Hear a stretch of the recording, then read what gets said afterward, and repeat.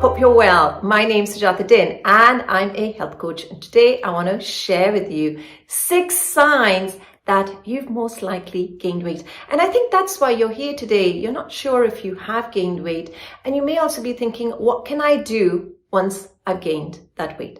So I have so much I'm going to be sharing with you here on my YouTube channel.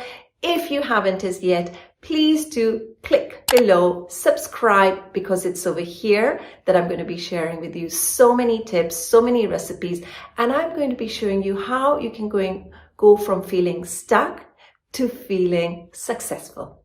So let me get started with the first sign that you have most likely gained weight.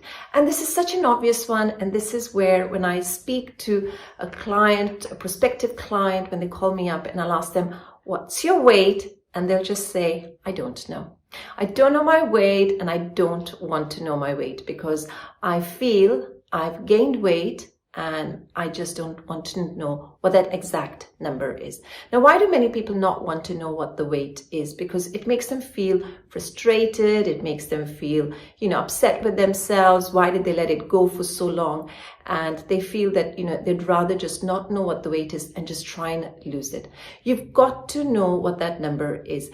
The weighing scales are not your only measure of success, of progress, but it is really important that you know what that number is, because if your BMI is quite high, it does also affect a lot of your health markers, and it puts you at a higher risk of certain types of diseases like high blood pressure, cholesterol, type 2 diabetes. There's so many diseases. So find out what that number is. Being in denial, being ignorant about it doesn't take the problem away. So first step, check what that weight is, and put that scale away for a while, but check what that weight is, and I'm going to show you what to do to lose that weight. The second sign many people ignore when they are gaining weight is that their clothes are getting tighter for them.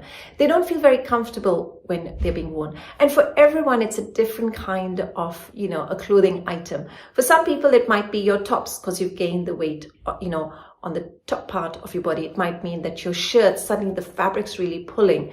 It might mean that you can't tie your bra very easily. You're on that last hook. It might mean that the buttons, they are beginning to be pulled apart on your shirts, right? If you've gained weight around your waist, around, the lower half of your body, it might mean that you can't zip up your skirt. It might mean that you can't pull up your trousers or jeans, or you can't tie the buttons over there. So it's different signs for different people. Do not ignore this. Again, hiding the problem or ignoring the problem doesn't take it away. We've got to do something about it. So putting away those clothes that don't fit you, putting them at the back of the wardrobe, putting them, up in the attic so you don't see them, it doesn't deal with the problem.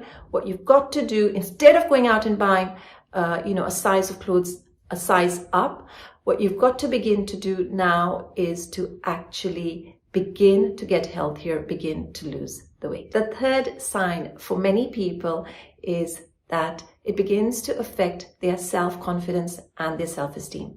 So you've been trying now to lose weight for months, maybe even years. Others around you, they're seeing results, but you're not seeing results. You're getting frustrated. You're not understanding why you can't do it. Why? Is it your self-discipline? Do you not just have enough willpower? What is it about you? You begin to not like the way you're looking, your appearances, because the way your clothes are fitting you. You don't feel good from inside. And then you want to withdraw from everyday activities. You don't want to be socializing. You don't maybe want to do things you did with your family or your friends, like going, hiking, or maybe go cycling. You don't want to go into fun things like dancing just because you don't feel good anymore. So please don't feel this way. I'm going to be showing you here on my YouTube channel, so do subscribe.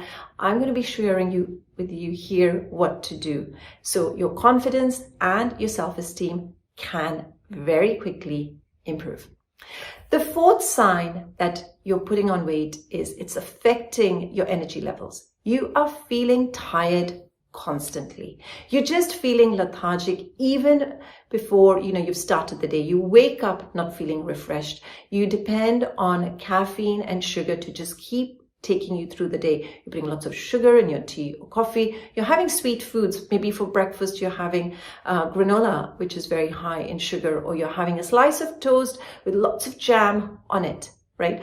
Maybe you are having that mid-afternoon slump, and with your cup of tea, you now need to be having a lot of biscuits or cake to give you the energy. So feeling tired doesn't mean you turn to sugar or caffeine just to give you that energy. That is not going to be the long-term solution here. So if you're feeling tired, my friend, it's time that you actually begin to do something about it. Begin to make changes to lose weight and to get fitter.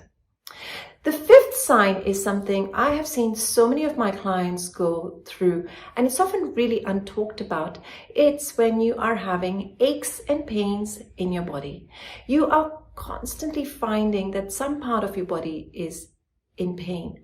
And this is because of the, additional strain of that weight on different parts of your body. For some people, it might be the upper back, or, for others, it might be the lower back. For some, it might be the knees. For some people, it might be the feet. And it affects the daily quality of your life. Do not suffer in silence. Do not just keep depending on medication as well.